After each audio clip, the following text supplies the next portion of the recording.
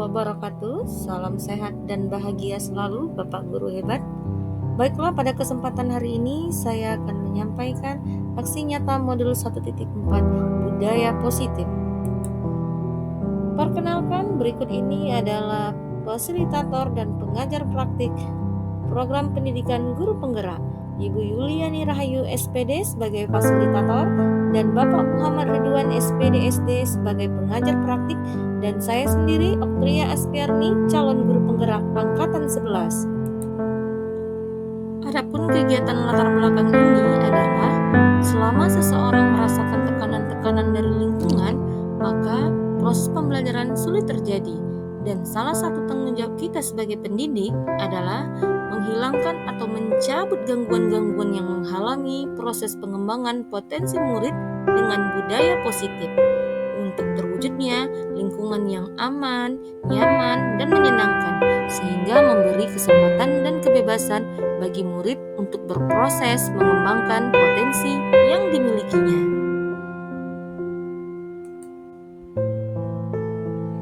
Tujuan menciptakan budaya positif ini yang pertama yaitu membentuk keyakinan kelas.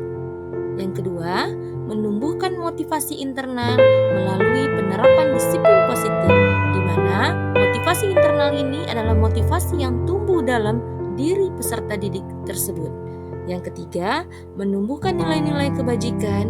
Yang keempat, mengambil posisi kontrol guru sebagai manajer dalam melaksanakan segitiga restitusi untuk menyelesaikan masalah murid di sekolah. Jadi diharapkan seluruh guru harus menjadi posisinya sebagai manajer.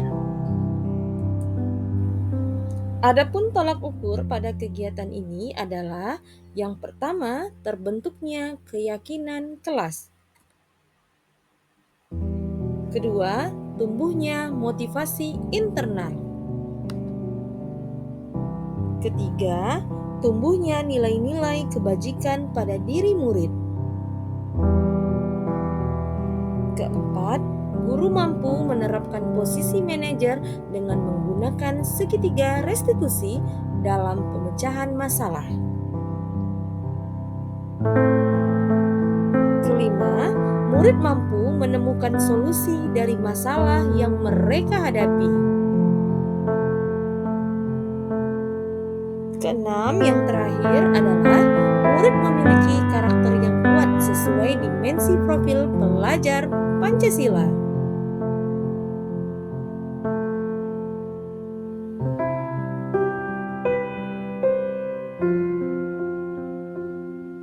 Adapun lini masa tindakan yang akan dilakukan, yang pertama, saya menghadap kepala sekolah untuk menjelaskan pentingnya penanaman budaya positif dan keyakinan kelas di sekolah, serta meminta izin untuk melakukan kegiatan diseminasi bersama rekan-rekan guru dan tata usaha.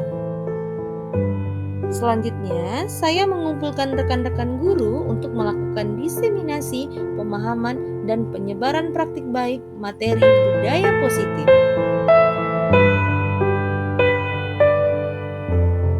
Berikutnya, saya berkoordinasi dan berkolaborasi bersama wali kelas untuk membuat keyakinan kelas di kelas masing-masing. Tindakan terakhir yang saya lakukan yaitu memantau, merefleksi, dan mengevaluasi keyakinan kelas yang telah disepakati. Untuk mewujudkan tindakan aksi nyata, tentu saya harus memiliki dukungan. Adapun dukungan yang dibutuhkan yaitu mulai dari kepala sekolah, majelis guru dan staf administrasi, seluruh murid-murid, komite sekolah dan seluruh paguyuban orang tua hebat, masyarakat sekitar, dan terakhir adalah sarana prasarana yang ada di sekolah.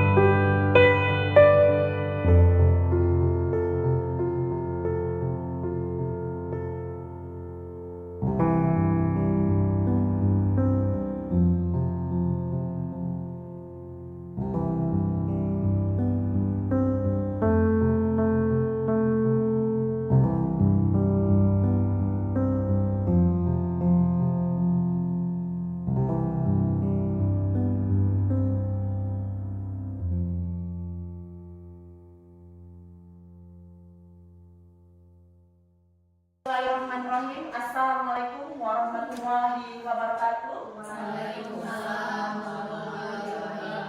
Salam damai sejahtera Om Swastiastu, Namo Buddhaya, salam kebajikan, rahayu untuk kita semua. Yang terhormat Bapak Kepala Sekolah SMP Negeri 3 Bapak Adib Saleh. Yang saya hormati Bapak Ibu Majelis Guru beserta perwakilan staf tata usaha yang pada hari ini berkesempatan hadir untuk mensukseskan kegiatan kami, yaitu kegiatan diseminasi positif CGP Angkatan 11, yang mana ini merupakan tugas aksi nyata kami yang harus diunggah dalam proses pendidikan guru penggerak. Baik, saya perkenalkan bahwasanya fasilitator kami yaitu Ibu Yuliani Rahayu. Beliau bekerja di SD swasta Udel Awak di Batam, dan Bapak fasilitator kami adalah guru pengajar praktik Bapak Muhammad Ridwan SPDSD. Sebelum memulai, alangkah baiknya karena kita orang Melayu, walaupun pantunnya bukan orang Melayu, tapi sudah terbiasa pakai pantun. Lipatan kain menjadi 3, ini sesungguhnya menjadi 3 ya, Bapak Ibu. Lipatan kain menjadi 3, kain dilipat oleh Mak Latif. Masih berada di bulan merdeka, mari berkolaborasi di budaya positif. Bapak Ibu santai saja, boleh sambil minum, makan posisi Bapak Ibu nyaman saja. Karena kebetulan bapaknya sendiri, ibu-ibunya yang banyak. Oke, ini dia. Aksi nyata ini bertujuan untuk menyebarkan pemahaman dan penerapan pengalaman budaya positif. Terima kasih Bapak Ibu karena dukungan dan doanya. Alhamdulillah sekarang kami sudah memasuki 2 bulan belajar pendidikan guru bergerak dan menghabiskan 1 modul, di mana 1 modul ini ada 4 bagian. Ini merupakan modul yang terakhir 1.4. Di mana presentasinya nanti 5 menit kita tadi perkenalan pembukaan, 40 menit kita saling menguatkan atau penyebaran materi praktik baik, nanti 10 menit tanya jawab, dan 5 menit nanti ada refleksi akhir. Baik Bapak Ibu, sama halnya kita dengan murid, sebelum mulai kegiatan akan lebih baik kita membuat komitmen atau kesepakatan dalam belajar. Komitmen ini kita bersifat fleksibel aja nanti ya, tidak main HP, hadir seutuhnya, bahwasanya kita hadirkan diri kita di sini memang niat untuk menerima apa yang akan kami sampaikan.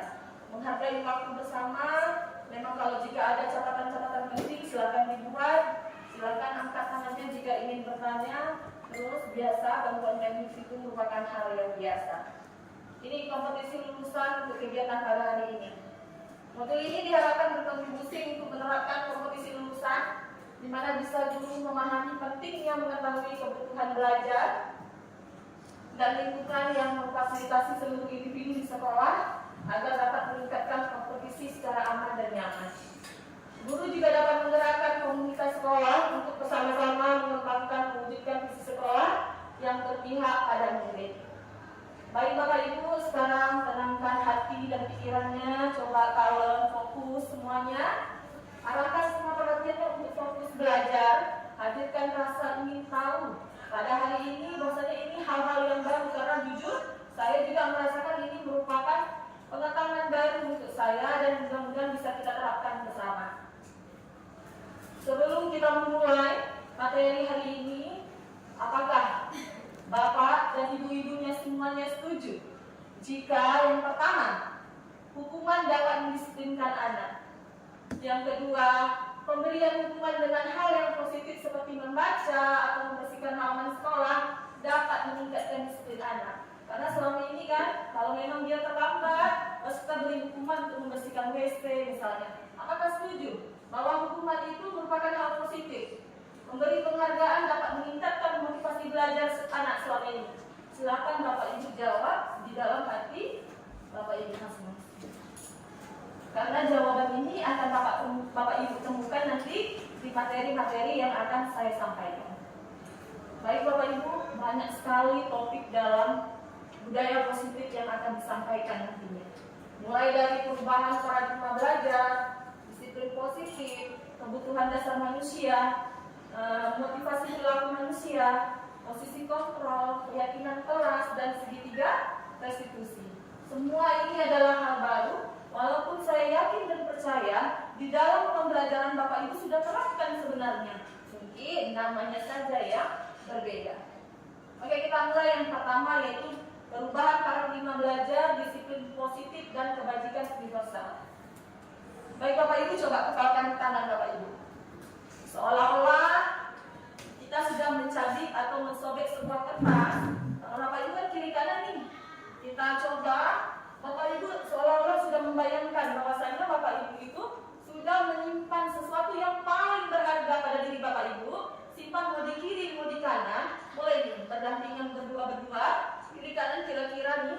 Kita pilih tangan mana yang Rifa akan simpan rahasia Rifa yang tak boleh orang tahu. Segala daya upaya yang bahwasanya nanti saya akan tahu. Kita akan kepo apa isinya. Benda berharga apa nanti yang ada di sebelah kanannya. Anggaplah Rifa A, saya B. Pilih salah satu misalnya disimpan yang tempat berharganya. Kira-kira apa yang akan kita lakukan supaya kita bisa Rifa ini membuka kepala tangannya. Sementara itu ada benda berharga. Apa yang kita lakukan? Bisa saja kita membujuk, merayu aliran pajak pemakanan. Rifa, hanya aku saja. Hanya saya aja yang boleh tahu. Rifa, ayo Rifa, bahkan menghardik. Kok kalau tak kasih tahu, kan tengok apa ya? Bahkan semua rahasia. Seperti itu kan bisa saja menghardik atau menunjuk-nunjuk, membujuk, merayu, apa saja. Itu paradigma. Jadi apa yang akan muncul? Ternyata ilusi kontrol kita sebagai guru terhadap murid itu masih suka mengontrol murid. Kita ini hanya sebagai tunjuk-tunjuk aja. Ini nak, teruskan ini nak, pokoknya ibu maunya bersih semuanya. Bawa kritik dan membuat orang merasa bersalah. Misalnya, nah kalau ini kita kerjakan ibu nanti kena marah kelas sekolah. Nanti tak kena nanti kelas kita yang buruk namanya. Masih kita membuat seperti itu. Atau sebuah muatan positif, efektif dan bermanfaat. Atau kita merasa kita wali kelas punya andil yang besar. Jadi seolah-olah apa yang kata kita ini paling benar. Jadi apa yang kata kita ini anak-anak itu harus ngikut. Ya selama ini Bapak Ibu yang senyum-senyum kayaknya iya ya.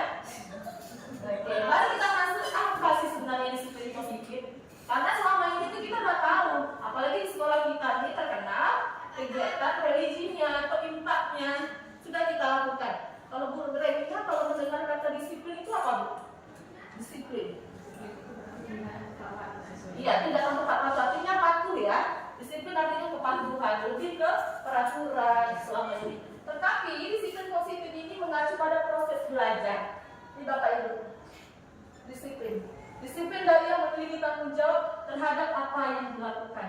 Tentunya disiplin ini muncul dari dalam diri kita atau dari luar. Ada dua motivasi nanti yang mempengaruhinya. Boleh dari luar atau dari dalam kita. Selama ini kita ini datang ke sekolah karena memang ada aturannya atau keinginan dari kita aja. Untuk mengapresiasi diri kita, bahwasannya kita memang wajib datang lebih awal. Ya, makanya dia sebagai pendidik kita menciptakan yang memiliki disiplin diri sehingga mereka berperilaku mengacu kepada nilai-nilai kebajikan dan memiliki motivasi intristik. Intristik adalah motivasi dari dalam perubahan perilaku ke arah yang lebih baik.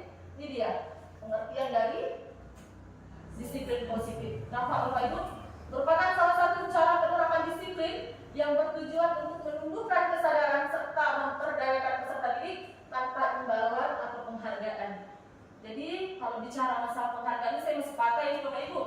Setelah mengetahui materi ini, pelan-pelan saya ubah. Karena ternyata kalau kita memberi apresiasi penghargaan akan muncul nanti dampak-dampak negatifnya. Nanti akan kita bahas. Ini dia nilai-nilai kebajikan. Nah, kita kenal biasanya nilai-nilai kebaikan atau karakter kita. Ini ya, ada profil pelajar Pancasila pada pelajar Pancasila dan bertakwa pada Tuhan Yang Esa dan berakhlak mulia, gotong royong mandiri. Boleh baca bineka global, gotong royong mandiri, kreatif dan bernalar kritis. Ada berapa profil pelajar Pancasila? Ada, iya. Ada 6 profil pelajar Pancasila. Oke, kita lanjut kebutuhan dasar manusia. Kebutuhan dasar manusia adalah berarti diri kita sendiri. Segala sesuatu yang kita lakukan untuk mendapatkan apa yang kita inginkan. Bahwasannya seluruh tindakan yang kita buat selama ini tentu mempunyai tujuan tertentu. Ada tidak Bapak Ibu yang berbuat tak ada tujuan? Pasti semua memiliki tujuan kenapa bisa kita lakukan hal itu. Ini dia. Apa Bapak Ibu sebelumnya sudah tahu 5 kebutuhan dasar manusia? Mungkin sudah. Makan, minum, kita tahu kebutuhan kita makan, minum, apalagi ibu-ibu shopping, belanja, peralatan dapur gitu ya. Ini dia. Ternyata kami belajar ada 5 nih. Bertahan hidup ini ya. Makanan, pakaian, tempat tinggal, keamanan, kesehatan, kasih sayang, rasa diterima. Ini dipedulikan, berbagi, menjadi bagian dari kelompok. Penguasaan, adanya harga diri, ingin untuk dianggap, memimpin. Ini biasanya kalau penguasaan ini lebih ke anaknya ini, yang suka ngatur-ngatur nih. Kalau di murid ya, yang suka mengatur-ngatur bahwasanya harus benar kata-kata dialah leadernya, yang lain ikut saja. Kebebasan, ternyata anak-anak kita atau kita memiliki kebebasan. Dia pengen mandiri, dipercaya, maksudnya dia bisa berbuat hal itu. Kesenangan, dia lebih suka kalau belajar sambil main-main, senang, speaking, gitu ya. Ada 5. Bertahan hidup, kasih sayang, penguasaan, kebebasan, dan kesenangan. Ini dia tadi sudah saya singgung sedikit bahwasannya motivasi perilaku manusia tadi ada 2. Yang pertama adalah dari luar, berarti ekstrinsik.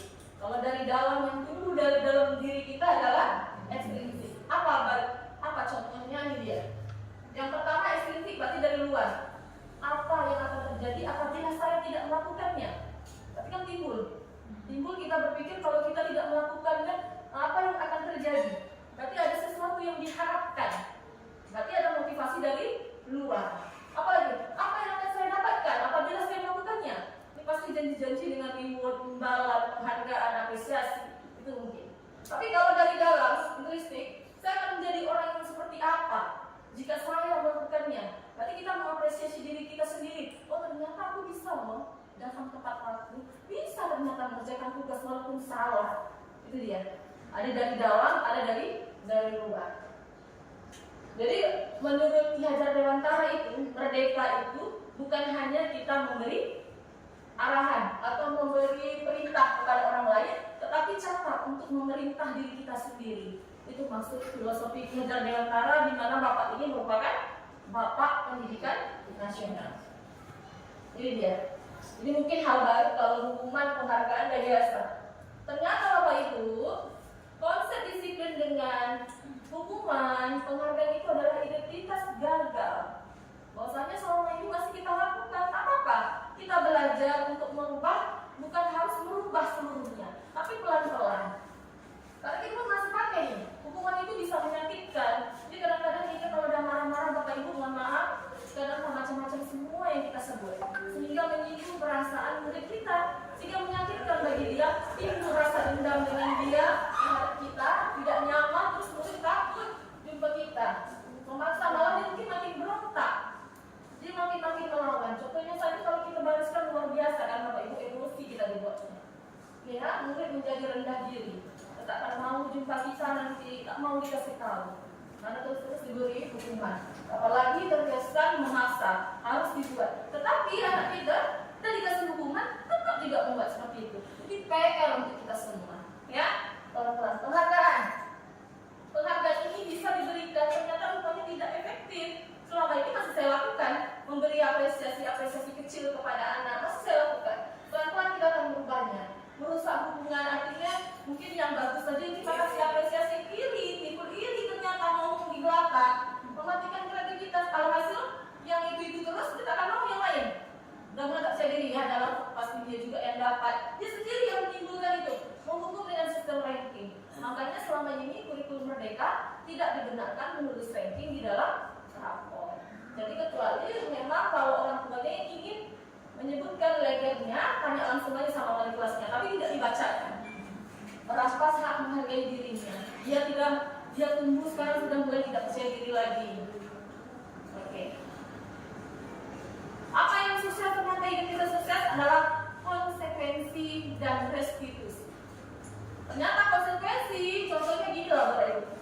Ada siswa yang bawa botol air nih, kesenggol dengan tangannya, tumpah. Kira-kira apa yang dilakukan murid itu? Tanpa kita bilang, tanpa kita suruh, dia akan apa? Biarkan aja. Mungkin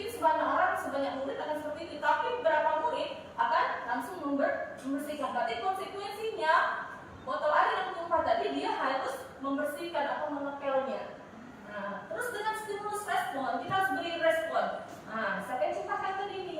Bagus, sudah bersih kan? Karena kamu tadi yang tumpahkan, kenapa tumpahkan? Ada respon tanya jawabnya. Ya, murid menghormati peraturan. Bahwasanya dia bikin tahu di peraturan kelasnya tidak boleh kotor misalnya. Kehilangan waktu dia merenungi kesalahan. Pokoknya sudah tahu dia salah, langsung bersihkan. Beberapa anak seperti itu ya. Kalau restitusi, murid akan bertanggung jawab atas perilakunya. Nah, di mana fokus pada pemecahan masalah jangka panjang. Ini di restitusi ini hal yang baru. Jujur saya katakan juga, saya baru tahu ini masalah tentang restitusi. Kita hanya tahu selama ini bahwasanya memecahkan masalah itu panggil anaknya, tanya jawab, sharing, kenapa membuat ini seperti ini. Ternyata itu adalah pemecahan masalah melalui konsep restitusi. Cuma namanya saja yang kita tidak tahu. Murid menghormati dirinya orang lain karena di restitusi ini murid diberi waktu atau murid diberi pemikiran sendiri untuk bagaimana dia menyelesaikan atau mencari solusi masalahnya. Ini dia bentuk program kebajikan apresiasi. Perlu Bapak Ibu lakukan, boleh secara khusus. Kadang-kadang apresiasi ternyata kalau di umum itu lebih berbahaya, tadi akan timbul sifat iri. Kalau memang ingin apresiasi, panggil saja anak itu. Kadang-kadang anak kita ini lebih termotivasi kalau di depan ramai. Kayaknya merasa diakui, oh saya bisa. Anak kita itu pula. Ternyata ada beberapa anak dalam penelitian bahwasanya harus diberikan pengakuannya secara khusus dipanggil, sehingga yang lain tidak nampak secara pribadi, bergantian, konsisten dan proses. Tapi Bapak Ibu jangan apresiasi yang bagus saja. Mungkin yang menurun perlu juga kita panggil sehingga dia merasa bahwasanya kita memperhatikannya. Apa yang kita lakukan selama ini semua harus berpihak pada murid karena kita menjadi seorang pendidik. Ini dia, bagaimana caranya. Kemarin saya perhatikan nih contohnya. Kemarin saya perhatikan rasa empatimu besar sekali dalam pada saat menolong murid baru di kelas kita. Nah, contoh-contoh bentuk apresiasinya. Tidak dengan penghargaan lagi atau imbalan. Nah, saya menghargai kepedulianmu pada saat kamu membantu teman-teman dalam tugas kelompok. Ternyata dengan kata-kata seperti itu akan muncul motivasi pada diri anak murid kita. Terima kasih ya untuk rasa tanggung jawabnya karena hari ini Ibu lihat kelasnya bersih sekali. Nah, mungkin akan jadi Ibu ini mengapresiasi bahwasanya apa yang dilakukannya itu. Kalau kita ingat ya, semester akhir Ibu akan nilai siapa anak-anak Ibu yang pikirnya kelasnya bisa menjaga kebersihan akan ada reward nantinya. Atau pastikan nih Ibu mau 1 bulan ini semuanya hadir. Dulu saya sebelum mengenal ini saya pakai kayak gitu. Ibu mau nak, kebetulan pas 86 itu tak pernah absennya mulus 5, 6, 5. Ibu mau tengok dalam 1 bulan ini, bulan Agustus ini harus hadir kita makan-makan. Lah besok kawannya tak datang, tak jadi makan-makan. Dan hari kedua tak makan-makan. Jangan Bu tak payah makan-makan. Padahal itu kita kan membuatnya aja. Ternyata kan kalau tak gitu pun kita buat makan-makan juga. Ternyata itu akan menjadi beban pikirannya. Mikir kalau gara-gara engkau kan makan-makan. Besok kawannya datang. Ternyata tidak bagus. Coba dari penjelasan saya tadi, hukuman, penghargaan, konsekuensi, restitusi. Bapak Ibu boleh tolong nih mencatat 100 kali dalam buku kalimat. Saya tidak akan terlambat lagi karena terlambat ke sekolah. Hukuman atau konsekuensi? Hukuman. Lari mengelilingi lapangan basket 2 kali karena terlambat. Hukuman. Murid diminta push up 15 karena tidak menggunakan masker di sekolah. Hukuman. Bagus, kayaknya sudah paham ya. Atau tenang nih, kayaknya melakukan ya. Menggantikan kertas tugas teman yang telah dicoret-coret. Konsekuensi karena dia telah dicoret-coret. Membersihkan tumpahan air di meja. Oke, konsekuensi. Murid disuruh untuk mengenakan sepatu. Karena tidak mengenakan sepatu hitam. Hukuman. Ini kayaknya rancu ya. Lari mengelilingi lapangan basket 2 kali karena terlambat 10 menit untuk pembelajaran PJOK. Hukuman. Kita lihat betul tidak jawaban Bapak Ibu tadi. Oke, maaf. Ini dia. Betul? Mungkin yang rancu tadi yang nomor murid disuruh menggunakan sepatu ini sudah jelas ini Bu. Hukuman. Konsekuensinya mungkin saja seperti apa Bapak konsekuensinya? Dilepaskan sepatunya, suruh pakai sendal. Atau terus pakai sepatu. Konsekuensinya. Kalau bapak ibu, kalau anak tak mengerjakan tugas, bapak ibu kasih hukuman atau konsekuensi? Masih hukuman ya. Pelan-pelan kita ubah. Iya. Oke, lanjut. Ini akan ada hubungannya dengan restitusi. Ini yang saya katakan tadi, bahwasanya ini hal baru, restitusi. Proses menciptakan kondisi bagi murid untuk memperbaiki kesalahan mereka sehingga mereka bisa kembali pada kelompok mereka dengan karakter yang lebih hebat atau lebih kuat. Mengajarkan mereka untuk mencari solusi mereka dari apa perbuatan yang mereka lakukan sama-sama. Kita hanya memfasilitasi saja. Dengan cara seperti apa yang kita lihat. Ini dia, ternyata hebatnya restitusi itu. Restitusi itu bukan menebus kesalahan, tapi kita belajar dari kesalahan. Restitusi adalah memperbaiki hubungan. Dia merupakan tawaran, bukan paksaan. Kalau hukuman memaksa. Restitusi menuntut untuk melihat ke dalam diri peserta didik lebih dalam lagi, mencari kebutuhan dasarnya adalah cara yang paling baik. Fokus pada karakter, bukan tindakan. Bukan karena masalah yang dia lakukan, tapi mengapa dia lakukan hal itu. Fokus pada solusi, mengembalikan murid yang berbuat salah pada kelompoknya. Bukan selama ini dijauhi, tapi kita ada bersama dia. Ini dia perbedaannya tadi. Hukuman, contoh nih ya, siswa tidak mengerjakan PR ini. Ini yang simpel saja karena memang rata-rata anak suka mengerjakan PR. Membuat PR pun di sekolah. Tak dikasih PR tak belajar. Ya kan? Kasih PR tidak mau membuat. Kadang-kadang PR-nya tinggal salin saja, tapi tidak juga membuat. Guru menghukum siswa hormat bendera selama 30 menit. Dulu nih zaman-zaman SD saya seperti ini nih. Hormat bendera. Kalau kita nih biasanya buat PR-nya di luar dari kelas. Guru marah sehingga murid takut. Ternyata ini efeknya. Muridnya takut. Konsekuensi. Guru memberikan konsekuensi bahwasanya PR itu boleh dikerjakan di jam istirahat atau jam pulang sekolah, pas selesai istirahat sholat, boleh dikerjakan, nanti dikumpulkan ya, atau mau dibuat secara 3 kali lipat. Tapi ini kalau dibuat pun 3 kali lipat, yang satu saja tidak dikerjakan. Iya, yang penting dia kerjakan saja dulu. Konsekuensinya ya, guru tegas, akhirnya murid menghormati peraturan yang telah kita buat. Restitusi, kita tanya dulu. Dan kita sebelum mengajar ini membuat kesepakatan ke kelas. Apa komitmen kalian dalam belajar pelata pelajaran. Menyelesaikan masalahnya. Terus guru terbuka tanya sehingga murid menghormati dirinya dan guru orang lain. Ini dia. Ini paling penting. Dalam penyelesaian masalah restitusi itu, kita tahu di posisi diri kita ini, guru kontrolnya sebagai apa. Ada 5 ternyata. Walaupun selama ini kayaknya semua kita ada nih. Mulai dari sebagai penghukum, guru yang suka menghukum. Nah, kamu ini terlambat. Udah berapa kali dah? Jadi kamu cuci WC, bersihkan WC. Ya kan? Terlambat kamu, kalau kamu sampahnya banyak sampah kamu cuci hingga bersih. Ya, penghukum. Membuat orang merasa bersalah. Nah, kamu tak kasihan dengan ibu. Nah, ibu asik udah tegur, terus dengan guru mapel. Asik kau yang terlambat. Asik kamu aja. Asik kamu. Nak ditaruh di mana muka ibu? Akhirnya anak itu merasa bersalah. Wah, ibu ya asik marah pula, asik kena tegur gitu. Merasa posisi teman. Nah, ini sering saya lakukan. Ternyata posisi teman ini masih kurang efektif. Anak-anak di sini atau anak-anak mungkin di luar sana menganggap posisi teman ini karena dekat dengan kita malah melunjak. Karena kita baik dengan dia. Dan dia malah kalau kita yang masuk malah santai, tak mau memperhatikan. Ternyata belum efektif. Posisi memantau, hanya mantau aja. Ibu tak mau tahu ya. Pokoknya nanti masalah harus selesai. Ibu tengok aja dari jauh, ibu tanya sama gurunya. Hanya memantau aja, mengontrol aja.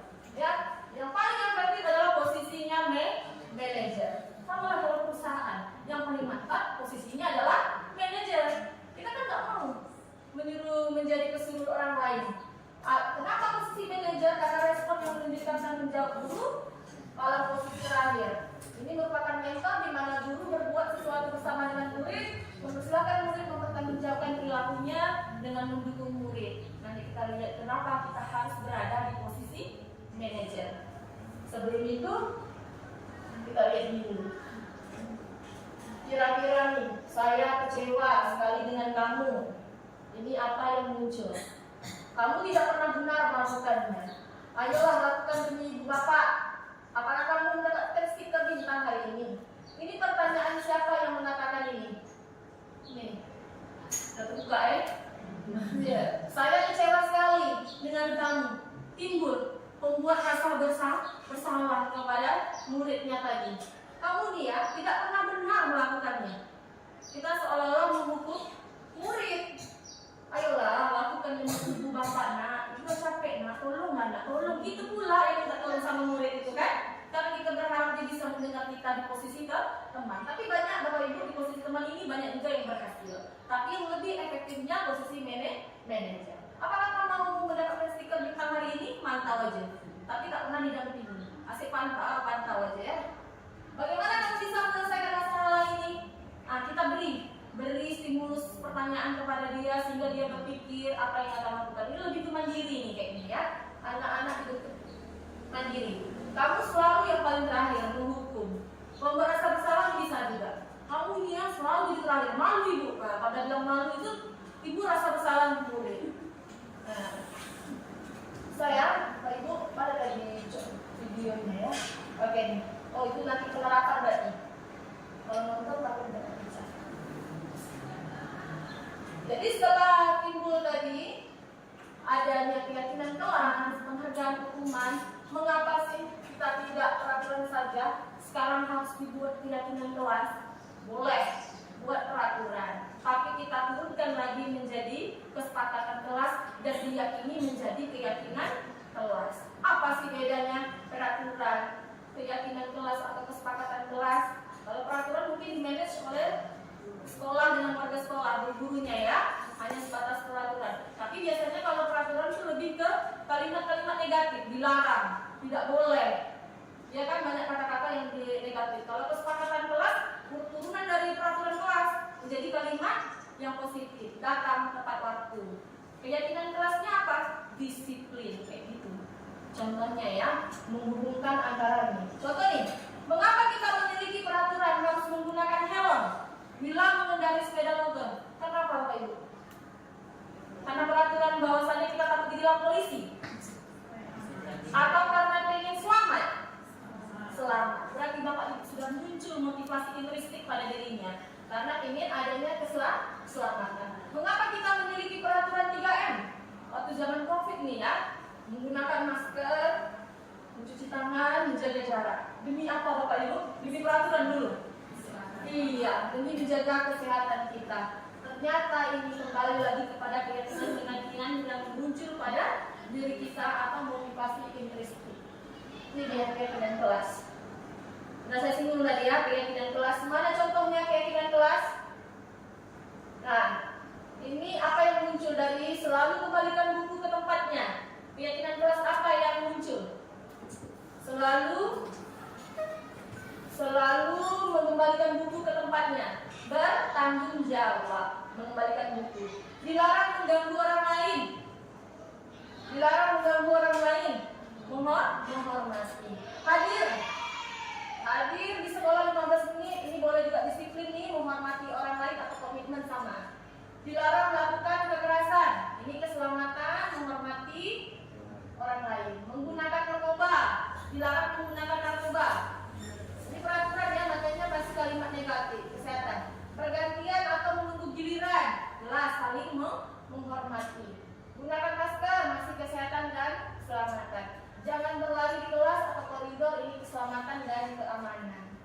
Jadi bagaimana cara kita membentuk keyakinan kelas itu? Ternyata keyakinan kelas itu sangat-sangat penting, yang bersifat abstrak, lebih terperinci, dia sederhana tapi menyangkut semuanya. Apa itu boleh buat di kelas? Saling menyayangi, berarti dia tidak boleh ada sekol-sikolan dalam kelas misalnya, tidak ada iri-iri gitu. Berupa pernyataan universal yang umum saja. Saling menghargai, saling tolong-menolong, kelas nyaman, berarti itu lebih kebersihan ya. Ikut berkontribusi dalam membuatnya, jangan semua dari kita.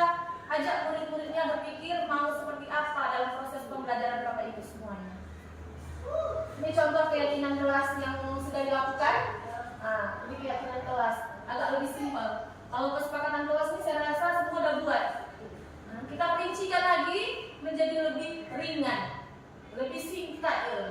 Ini kan macam ini budaya 5S, nah, itu boleh keyakinan. Karena pun kita di sekolah pun udah ada peraturannya nih. Mungkin saling sopan santun 5S tadi ya. Ini tertib saat belajar mengajar. Mungkin ini masih salah nih keyakinan kelasnya nih, karena ada kalimat negatif, tidak berkata kotor. Seharusnya tidak boleh lagi ada tulisan kalimat negatif ini, harus positif. Ganti apa bagusnya? Sopan, maksudnya ini sudah masuk di sopan santun, ini nggak usah lagi seharusnya. Oke ya. Terakhir segitiga restitusi. Segitiga restitusi ini yang tadi dari singgung-singgung sebelumnya adalah hal yang baru. Ternyata dalam pemecahan masalah kita menggunakan 3 segitiga restitusi. Yang pertama kita stabilkan dulu identitasnya. Kenapa kamu membuat hal seperti itu? Ibu tahu kok, semua manusia itu tidak sempurna, pasti melakukan kesalahan. Dulu seperti itu kok. Kita lebih menimbulkan identitasnya seperti apa. Terus kita stabilkan tindakannya, validasi tindakannya. Kenapa kamu buat seperti itu? Ada apa? Ceritakan, kan? Baru kita tanya keyakinan bahwa sebelumnya kita sudah buat keyakinan kelas tadi. Keyakinan kelas kita seperti apa? Kalau dia tidak mengerjakan PR, kan harus disiplin mengerjakan tugas. Ini dia. Ini dia nih.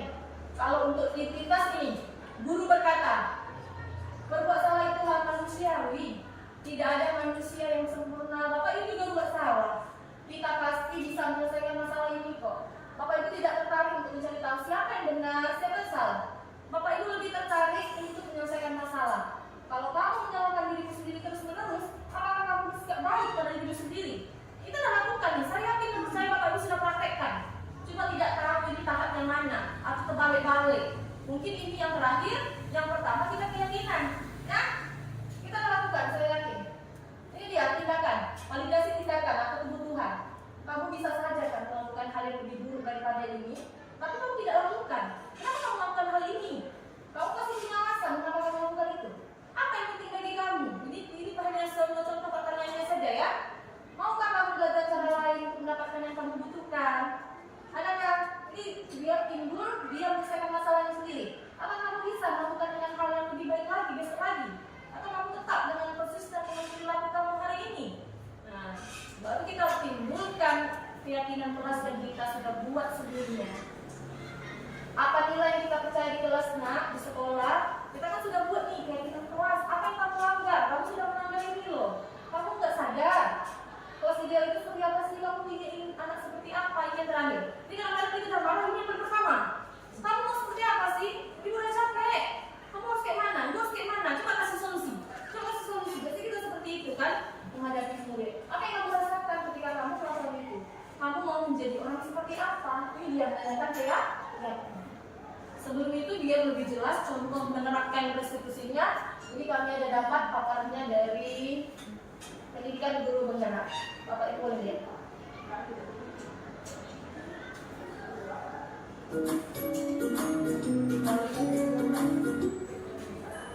Salam dan bahagia Ibu dan Bapak guru hebat. Pada video kali ini kita akan membahas tentang salah satu program disiplin positif yang diterapkan di lingkungan sekolah yang dikenal dengan nama restitusi.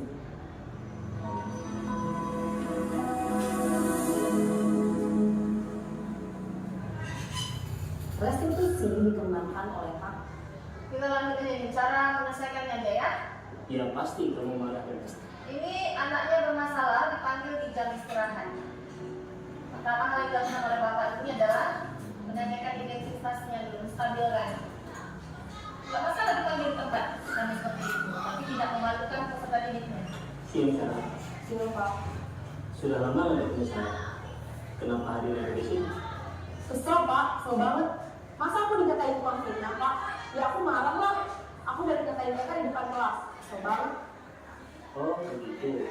Ya pasti kamu marah dan kesal. Bapak juga akan marah apabila ada yang berubah seperti itu. Kemudian pada saat itu kamu mengaku Ya saya cuma kayak mereka lah Pak. Kesel banget. Saya bentak-bentak dia depan teman-teman lain. oh begitu. Pasti kamu melakukan seperti itu karena suatu alasan tertentu kan? Iyalah, saya diam saja Pak? Ya saya bela diri lah. Masa saya dituduh tukang fitnah? Ya wajar lah. Mempertahankan harga diri itu sesuatu yang penting buat kamu.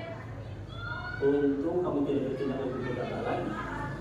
Hanya mengutang kita. Iya Pak. Untung saya masih bersabar dan hanya meminta saja. Sudah gemes padahal. Saya pasti bela diri lah. Ya pasti ya. Tapi kamu memilih untuk tetap bertahan dan bersabar. Kamu memilih untuk tidak berbuat lebih parah lagi, bukan? Iya. Nah, sekarang coba kita lihat lagi tindakan kamu yang bentak-bentak Eka di kelas. Tindakan kamu itu kira-kira sesuai dengan keyakinan kelas atau prinsip kamu tidak? Enggak lah Pak. Capek Pak jadi marah. Jadi keyakinan atau prinsip mana yang kurang sesuai dengan keinginan kamu? Ya, saya sebenarnya sangat menghargai orang lain. Mungkin saat itu saya menjadi emosi, jadi tidak menunjukkan sikap itu. Kamu meyakini tidak? Menghargai orang lain itu penting buat kamu. Yakinlah Pak. Iya, setuju. Kita harus saling menghargai. Namun, ada juga keyakinan yang kita sepakati yang perlu kita jalankan apabila kita sedang marah, kan? Ya, saya bisa lebih proaktif, mulai dengan diri sendiri. Saya bisa jadi lebih sabar, mengambil waktu juga untuk berpikir mau apa selain itu. Kira-kira kamu bersedia memperbaiki masalah ini tidak? Bersedia Pak. Kalau kamu memperbaiki masalah ini, kamu akan menjadi orang seperti apa? Saya akan menjadi orang yang bertanggung jawab kali ya Pak. Dan senantiasa proaktif. Iya, menurut kamu bagaimana rasanya menjadi orang seperti itu? Dan nyaman lah, bangga bisa bersabar dan menahan diri. Baiklah kalau begitu. Yuk kita pikirkan bagaimana memperbaiki masalah ini. Oke, ternyata Bapak ini hanya menimbulkan pertanyaan saja. Yang berpikir siapa di dalam muridnya atau siswanya? Dia hanya menyebutkan saja sehingga nanti muncul pertanyaan-pertanyaan itu yang akan jadi jawaban solusi untuk menyelesaikan masalah. Bapak Ibu sejenak kita intervensi diri kita selama 30 detik. Apakah selama ini kita ingin berbuat lebih baik? Apakah kamu atau Bapak Ibu semua ini sedang menjadi orang yang sedang Bapak Ibu inginkan? Silakan renungi sendiri di dalam hati. Pikirkan apakah selama ini kita sudah mengubah kegiatan atau perilaku menjadi sikap yang lebih membantu? Atau apakah wajar membuat kesalahan itu? Iyalah, karena setiap manusia pasti ada titik salahnya. Apakah saat ini kamu sudah siap untuk memulai? Ini kapan kita untuk mulai melakukan perubahan? Peraturannya apa? Kita yang membuat. Sepertinya kalau kita punya masalah, saya bisa bantu apa? Kalau teman atau murid kamu punya masalah, kita sebagai pendidik bisa bantu apa? Apakah saya bisa bantu agar dapat segera dimulai atau memulai tindakan perubahan yang baru? Bagaimana kita ingin melakukan pada masalah ini atau kejadian ini? Cara kita melakukannya atau peraturannya seperti apa? Itu saja tadi materi yang sudah saya sampaikan. Semoga apa yang disampaikan tadi ini bisa bermanfaat. Sebelum saya tutup, mungkin ada yang ingin menanggapi apa yang ingin saya sampaikan yang sudah saya sampaikan tadinya. Boleh? Nanti silakan raise hand. Oke, oke Kak, Bu Isma, menanggapi Bu. Ya, menanggapi. Silakan. Dengar Kak, volumenya. Tes volumenya.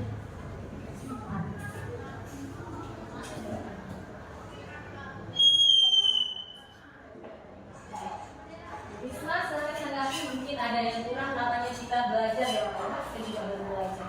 Ya baik Bu Anis, yang ingin saya sampaikan untuk Bu Anis, terima kasih pertama sekali karena sudah menyampaikan materi dengan baik dan sangat jelas tentang budaya positif. Tentunya materi ini sangat bermanfaat untuk kami di sini sebagai tenaga pendidik. Dan juga semoga apa yang disampaikan ini akan menjadi ladang amal bagi Ibu, dan ini bermanfaat bila kami terapkan, aplikasikan kepada siswa-siswa di sekolah ini. Dan harapan saya semoga pada pelaksanaan proses PDP ini semua berjalan lancar, dimudahkan untuk Bu Anis. Amin. Terima kasih Bu Isma. Beri tepuk tangan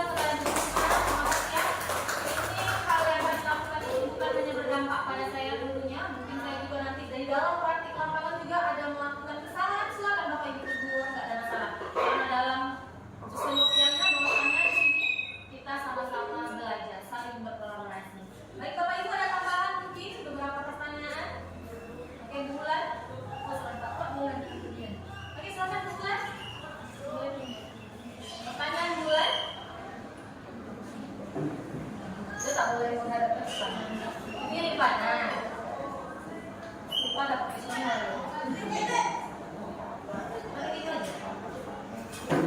Oke, Bulan. Silakan Bulan. Langsung saja saya ke pertanyaannya. Di sini saya masih bingung membedakan antara kesepakatan dan keyakinan kelas. Tidak menjelaskan. Ulang lagi ya. Atau Bapak Ibu bisa menjelaskan kesepakatan dengan keyakinan kelas? Apa bedanya sih kesepakatan dengan keyakinan kelas? Kalau dilihat itu macam sama saja.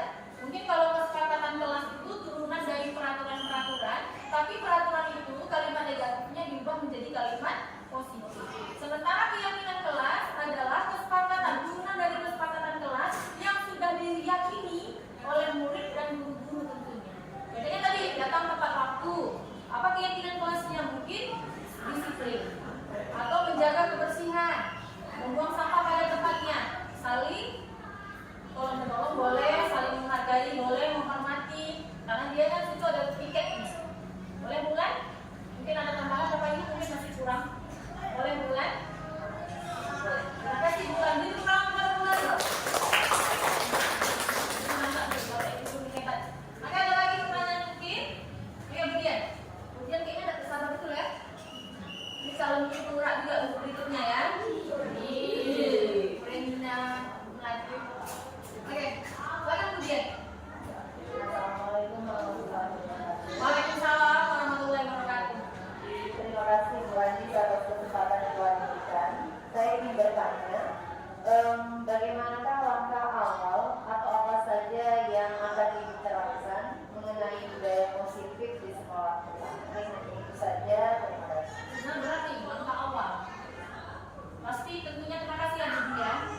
Tentu langkah awal yang saya harus lakukan, pertama saya harus merefleksi diri saya, muhasabah diri saya. Kira-kira selama ini apa yang saya lakukan itu masih banyak kata-kata kurangnya, atau yang tindakan yang masih salah, yang harus saya perbaiki sebelumnya, mengubah mindset saya dulu. Yang kedua, kita sudah tahu bahwasanya sekolah kita sudah memiliki visi, yang dimana di dalamnya sudah mewujudkan peserta didik yang berpihak kepada murid melalui profil belajar Pancasila. Kita sudah dibantu dengan menerapkan budaya 5S, kegiatan ODOA, dan literasi. Mungkin dengan peraturan atau program-program sekolah yang ada, kita harus komitmen bersama seluruh warga sekolah. Yang bagus harus kita tingkatkan, yang masih kurang seharusnya harus sama-sama kita perbaiki. Tentu ini bukan hanya kerja saya sendiri saja, saya butuh dukungan kepala sekolah, bapak ibu semuanya, dan terutama para murid peserta didik semuanya. Bagaimana menurut Budian? Atau mungkin ada tambahan dari guru-guru lain? Cukup? Sebenarnya Budian ada tambahan? Oke, terima kasih. Tepuk tangan untuk Budian. Apakah sudah pas Bapak Ibu? Pas. Setiap kegiatan pasti ada refleksi, nggak apa-apa. Nanti refleksi ini saya kirim lewat Gform saja, Bapak Ibu bisa isi lewat Gform. Ya, masalah refleksi. Kira-kira dalam kegiatan ini apa hal baru? Contohnya ya, contoh ya. Coba Bu Rifa setelah saya menjelaskan insinyasi budaya positif, kira-kira apa yang Bu Rifa tahu materinya? Materinya itu tentang apa aja? Ya.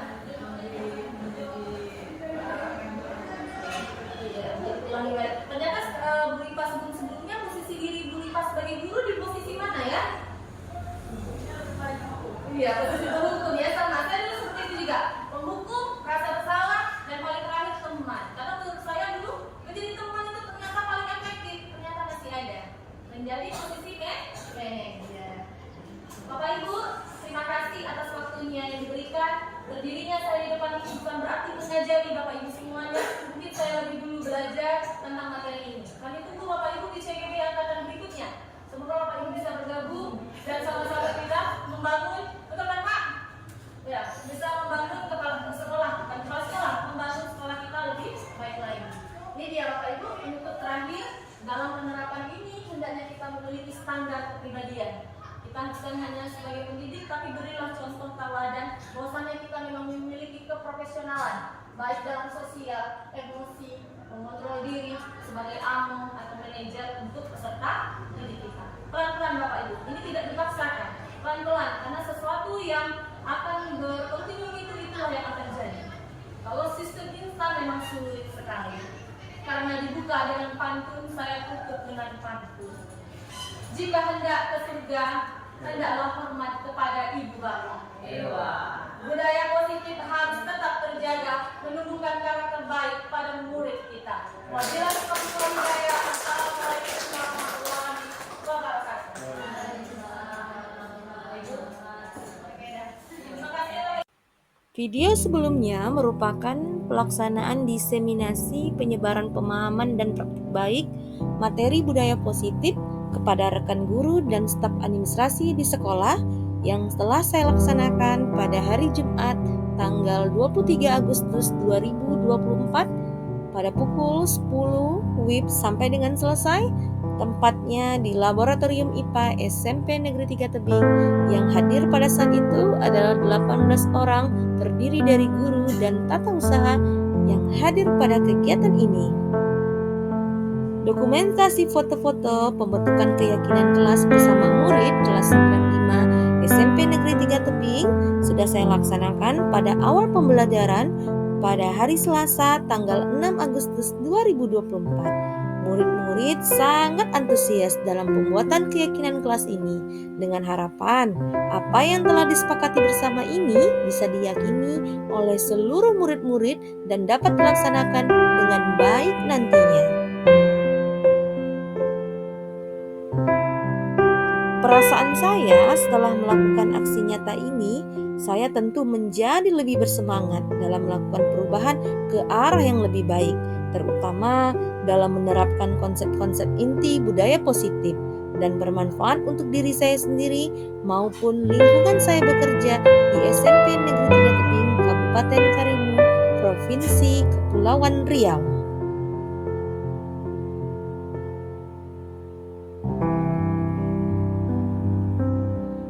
Adapun refleksi perbaikan yang perlu saya lakukan nantinya, yang pertama, tentu saya harus melakukan evaluasi berkelanjutan. Terus meningkatkan koordinasi dengan semua pihak di lingkungan sekolah, saling berkoordinasi dengan berkolaborasi dengan baik.